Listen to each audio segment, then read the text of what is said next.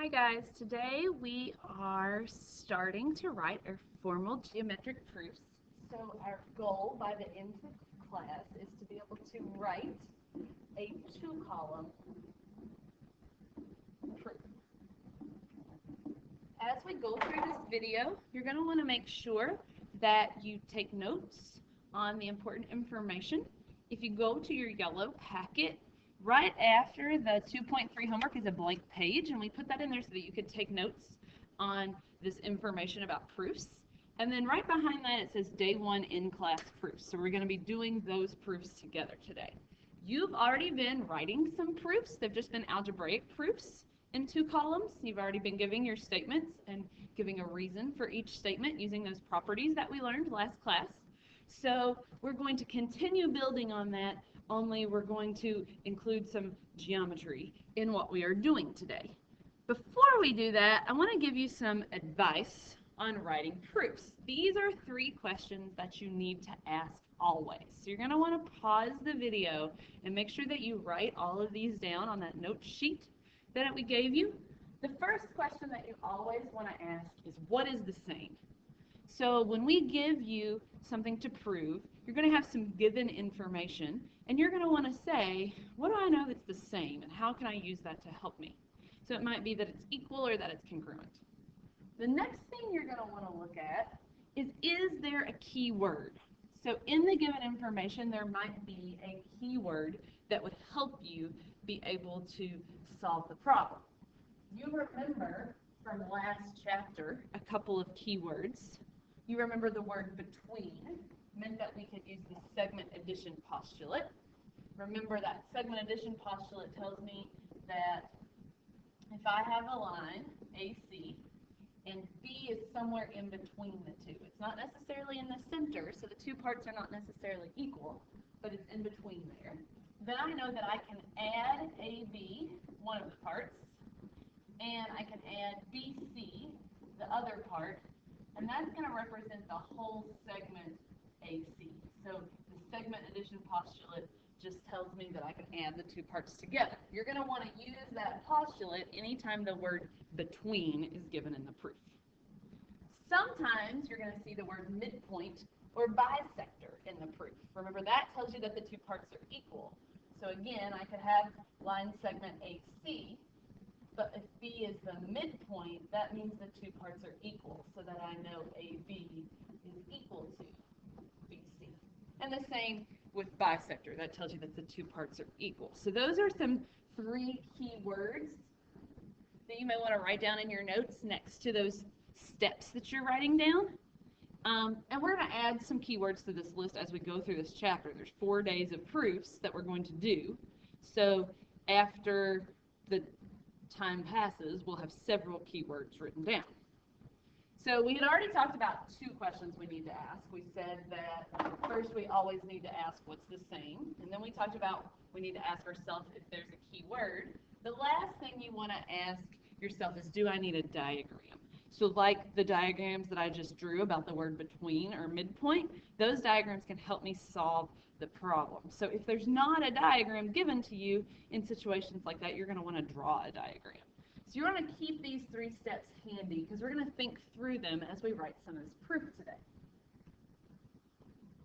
You also want to write down these 6 things that you can use from a drawing. So these are things that if you have a picture of these types of angles or segments, you can look at the drawing and know for a fact this is true, or you can assume that they're true from the drawing. If it's other things, you can't just look at the picture and assume that they're true. Okay, so for example, when you look at a picture, you know that the reflexive property is true. So you know that something is always congruent to itself. That's going to come in handy later on, maybe not necessarily today, but later on in the chapter. Okay, the segment addition postulate, that's what we just talked about, where if we drew our segment AC and B was somewhere in between, we knew that AB and BC could be added to give us the whole length of AC. If you see a picture of a segment with B in between A and C, or a point in between the 2 endpoints, you can always assume that segment addition postulate is true. Same deal with the angle addition postulate. So if you have an angle, we'll call it x, y, z, and you have a point somewhere on that interior of that angle that's dividing the angle, we'll call it k, then you know the angle addition postulate is true, or that I can add the two parts of the angle, so I can add the measure of angle x, y, k together with the measure of this other part, which is angle k, y, z. And I know that when I add those together, that's going to give me the measure of this whole angle, x, y, z. So the segment addition postulate and the angle addition postulate are going to be very similar because we're just adding the two parts to get the whole. So anytime you have a picture of an angle, you know you can add the two parts. You can also look at a diagram and know that vertical angles are there. And remember, we learned that vertical angles are congruent. So if I have a diagram like this, and I have angles 1, 2, 3, and 4, I know the vertical angles in this picture, or the angles that share the same vertex but are not adjacent, are angle 1 and angle 3. Those are vertical angles. And then I know that angle 2 and angle 4 are also congruent vertical angles. So I can look at a picture and tell that those are vertical angles. Skipping to number 6, I can also see the linear pairs in this picture. So I know that 1 and 2 are linear pairs, so that means they're supplementary. I know 2 and 3 are linear pairs, so they're supplementary. I know 3 and 4 are a linear pair, and then I know 1 and 4 are a linear pair. So remember, linear pairs means adjacent and supplementary. Okay? Lastly, and number 5 is the one that I think students make the most mistake of, are this one about labeled parts. You can assume that if I draw for you a right angle and I label it, that is a right angle.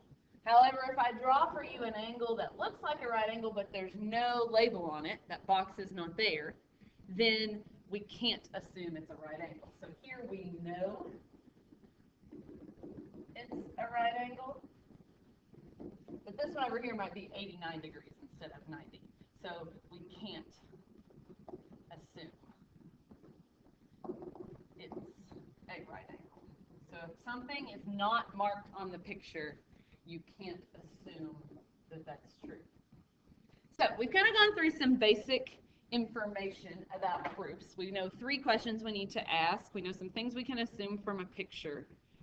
And so now we're actually going to look at the different parts of a proof. So there's really 5 main parts of a proof. It's always going to give you some given information and tell you what you are to prove. Remember, the given information is the hypothesis from the conditional statement, and the proof statement is the conclusion. So if I think about the given information, remember that always goes first in my proof.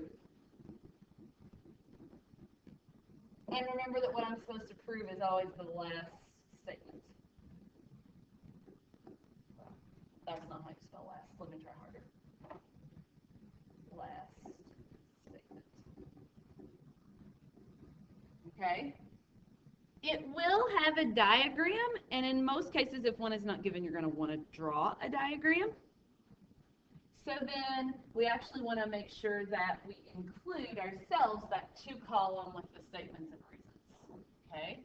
The purpose of this is the statements are showing our thinking. The statements are things that are true that logically lead from one to the next. And the reason column, you know, is we have to justify every statement we give. We're proving that something is true, so we have to give a reason for every statement.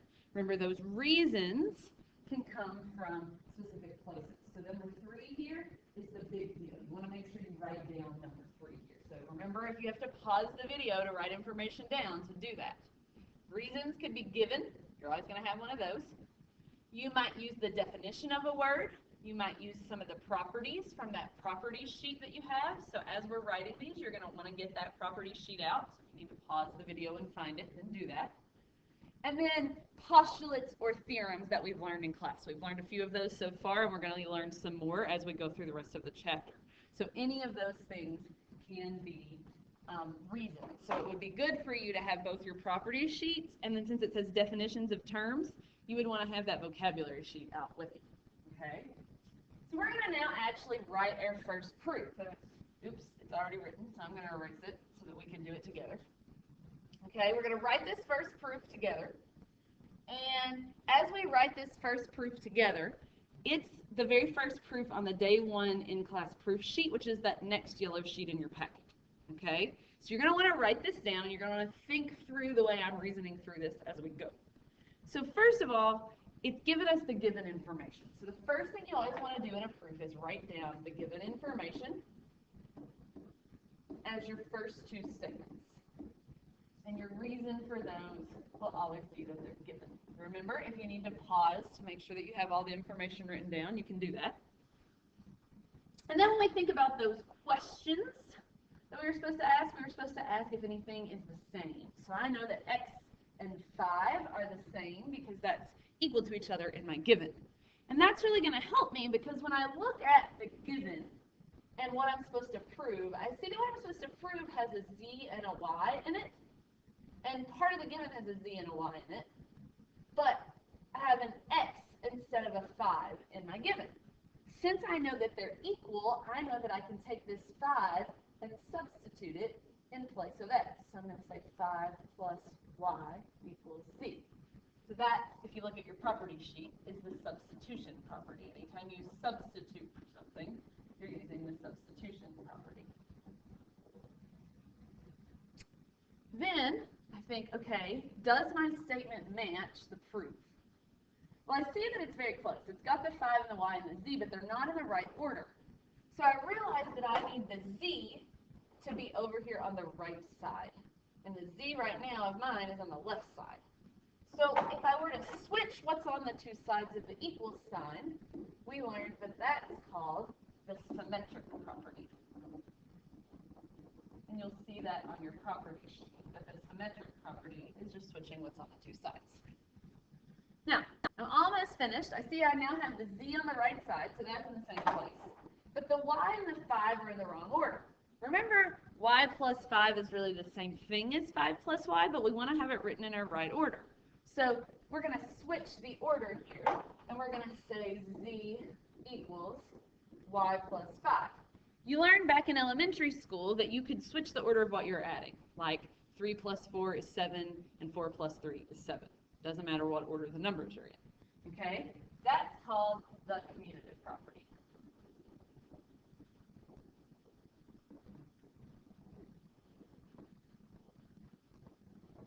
Okay? So now my last statement, statement 5 here, matches exactly what I was supposed to prove, so I know that I have done this correctly. So if you need to pause the video to make sure that it's in the right order and you have everything written down, please do that before we go on to the next one. So now we're on to the next proof. It's number 2 on that day 1 in class proof sheet in your yellow packet. And I know that anytime I write a proof, I should start by, you should think about it. Hopefully you came up with you should start by writing in the given. So I'm going to write in the 2 pieces of given information. And I'm going to give the reason for that is that they're given. Okay? Then remember in my 3 steps, I need to think about, is anything the same? And I see that A equals 3. So A and 3 are the same. So that tells me that in this statement number 2 that I have, I can substitute 3 in place of A. So I'm going to take the A and remove it and write 3 in its place, and I'm going to keep everything else the same. So I'm using the substitution property. Anytime you substitute, that's what you're doing. Okay? And now I want to compare what I have in statement 3 with my proof. I see that it's very close. I have a B and a C and a 3. But I see that the parentheses are in the wrong place. So that's me thinking again back to elementary school. I can move those parentheses and group things so that I could first add the B and the C and then add the 3 to my answer. And it would be the same thing, and that's called the associative property.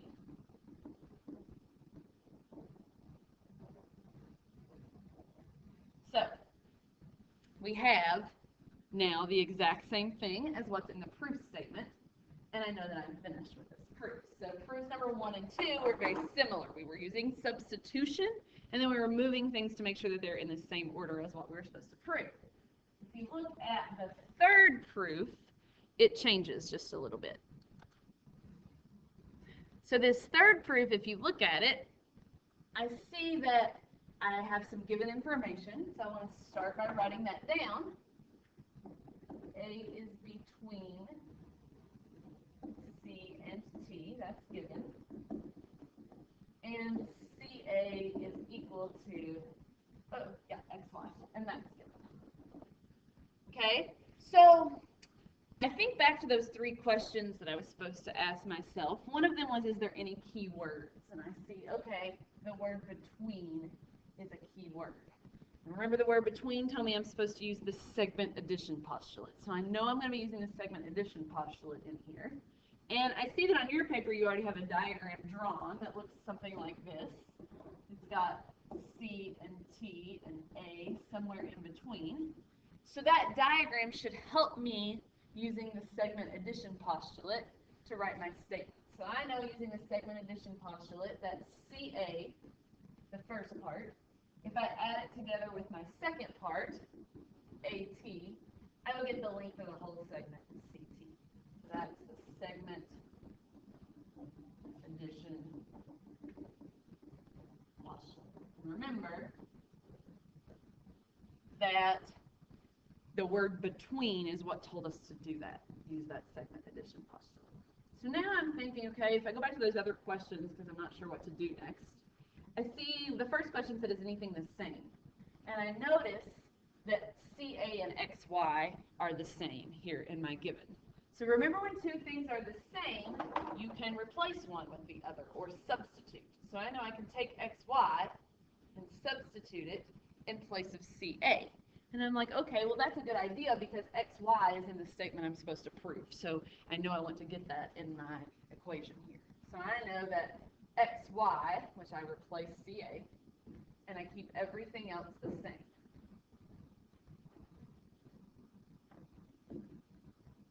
And I know that I just use the substitution property to do that. So now I want to compare what I have here to the proof statement.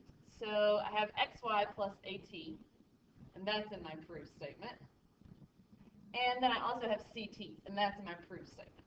So I know that the 2 sides of the equation are correct, but that my equation isn't in the same order because CT is on the right in my statement number 4 here, and in what I'm supposed to prove, CT is on the left. So I know I'm going to switch the side that it's on. I'm going to put CT would be the same as XY plus AT. And I know that when I switch them, that's the symmetric property for my property sheet that we used on the first proof. And now what I have in statement 5 matches the proof, so I know I'm finished with this one. So I look at this next proof and I still see that K is between A and X. So I know it's going to be very similar to the one that I just wrote because that key word between is there. If I look on your paper, I see you have point K drawn somewhere in between point A and X to use to help you out. Okay? Now, to get myself started, I should always write the given. So I'm going to say K is between A and X, and that's given. And then this given actually has 3 pieces, so I'm going to get the others in there as well. AK is 5, and KX is 9. So those are both given. So I have all my givens in, and I know I have this word between, and I'm supposed to be looking for keywords. And the keyword between reminds me to use the segment addition postulate. So I know when I look at my picture that AK, if I were to add that together with KX, that would get me the whole segment AX. And that's the segment addition postulate. And it's good that that I wrote that because I see what I'm supposed to prove is about AX. So now I have AX in my statement. And then another question I'm supposed to ask myself from those three questions is that, is anything the same? So when I look here, I see that AK is the same as 5 and KX is the same as 9. So that means that I can substitute 5 in place of AK. Oh, I wrote 9. I can substitute 5 in place of AK, and I can substitute 9 in place of KX. And I'm going to keep equals AX, so I use the substitution property.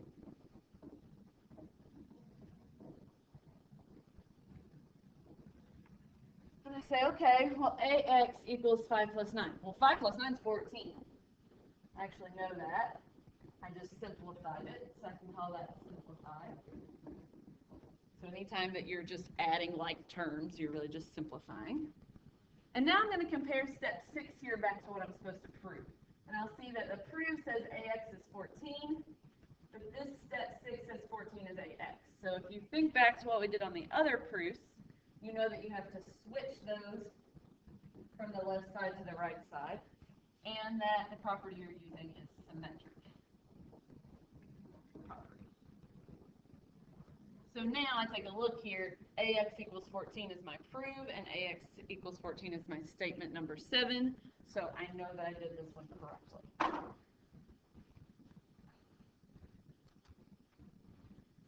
So now we have one last proof to look at. It's on the back of that page, you'll see it. And it's just a little bit different than our previous two proofs because it tells us still a keyword, but it's a different keyword. It says M is the midpoint of AY. So we know we're going to use the word midpoint in this proof somehow. I'm going to go ahead and write that in my given because that's very important. It's my known information, so I have to have it there. And I also know that AM is 8, so I'm going to write that down in my given. Now I'm going to go back to this word midpoint. So I think about the word midpoint, and we learned in the last chapter that midpoint means that the two parts are equal. So midpoint reminds me that the two parts are equal. So I'm going to write that into my proof that the two parts, AM is and MY, are equal. And that's the definition of the word midpoint. So if you have a vocabulary word, you can use its definition as a reason. Okay? So I've used my keyword midpoint there. And now I'm going to say to myself, okay, another question I should ask myself is there anything the same? When I look at my given, AM is the same as 8. So that means that I can substitute 8 into my equation here in place of AM. So I know that 8 is equal to MY. And I know that I've used the substitution property.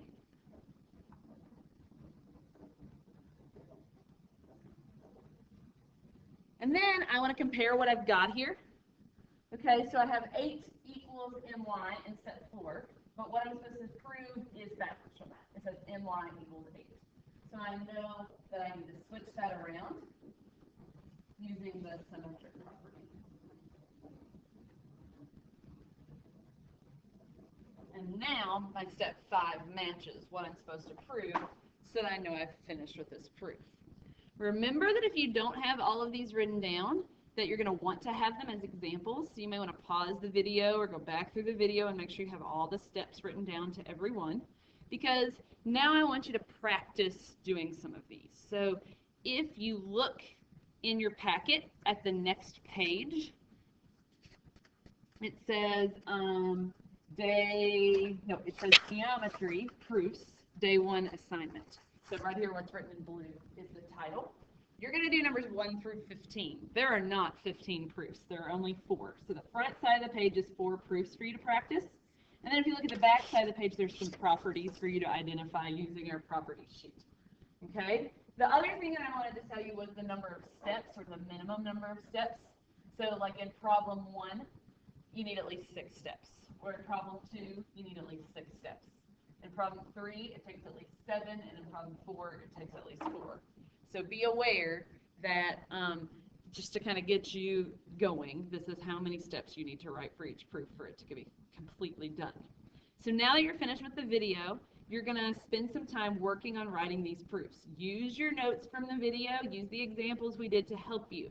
These are very similar to the examples we did, so you should be able to practice doing this. Good luck, and let us know if you have any questions.